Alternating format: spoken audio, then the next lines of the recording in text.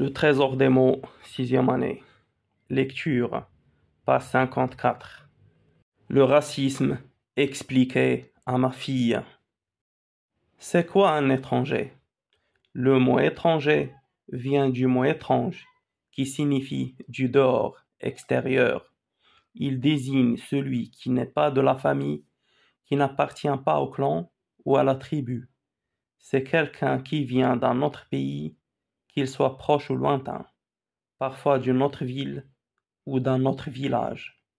Cela a donné le mot xénophobie, qui signifie hostile aux étrangers, ce qui vient de l'étranger.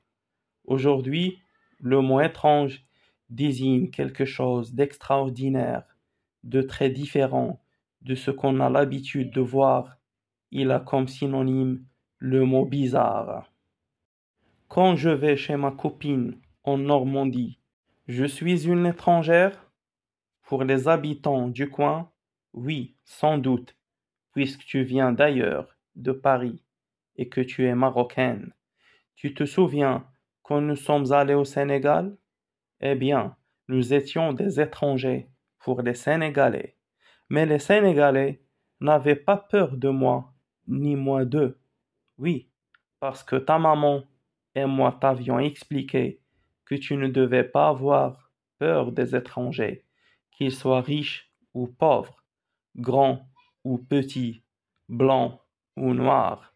N'oublie pas, on est toujours l'étranger de quelqu'un, c'est-à-dire qu'on est toujours perçu comme quelqu'un d'étrange pour celui qui n'est pas de notre culture.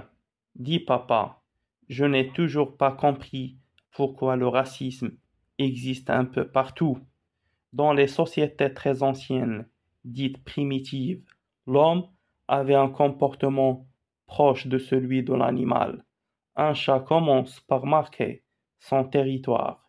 Si un autre chat ou un autre animal tente de lui voler sa nourriture ou de s'en prendre à ses petits, le chat qui se sent chez lui se défend et protège les siens de toutes ses griffes. L'homme est ainsi. Il aime avoir sa maison, sa terre, ses biens et se bat pour les garder. Ce qui est normal, le raciste lui pense que l'étranger, quel qu'il soit, va lui prendre ses biens, alors qu'il s'en méfie, sans même réfléchir, presque d'instinct. L'animal ne se bat que s'il est attaqué, mais parfois l'homme attaque l'étranger, sans même que celui-ci ait l'intention de lui ravir quoi que ce soit. Et tu trouves ça commun à toutes les sociétés? Commun, assez répandu. Oui, normal. Non, depuis longtemps, l'homme agit ainsi. Il y a la nature et puis la culture. Autrement dit, il y a le comportement instinctif sans réflexion, sans raisonnement. Puis il y a le comportement réfléchi, celui qu'on a acquis par l'éducation, l'école et le raisonnement. C'est ce qu'on appelle culture, par opposition à nature. Avec la culture, on apprend à vivre ensemble.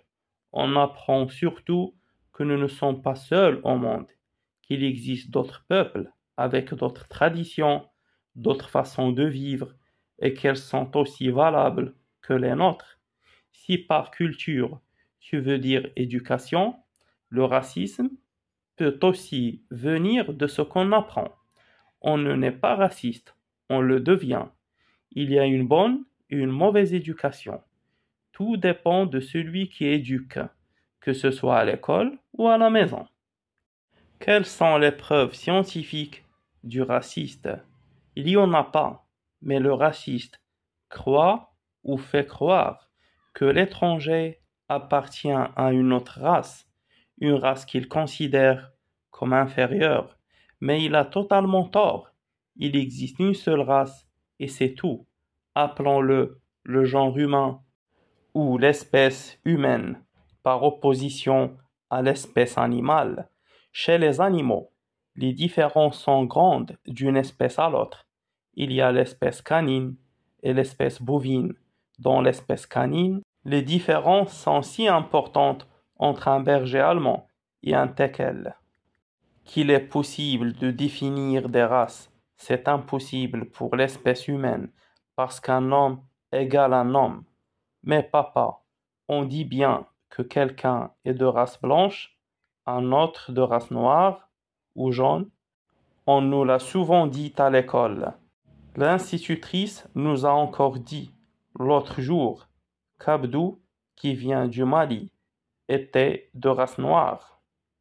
Si ton institutrice a vraiment dit cela, elle se trompe. Je suis désolé de te dire ça.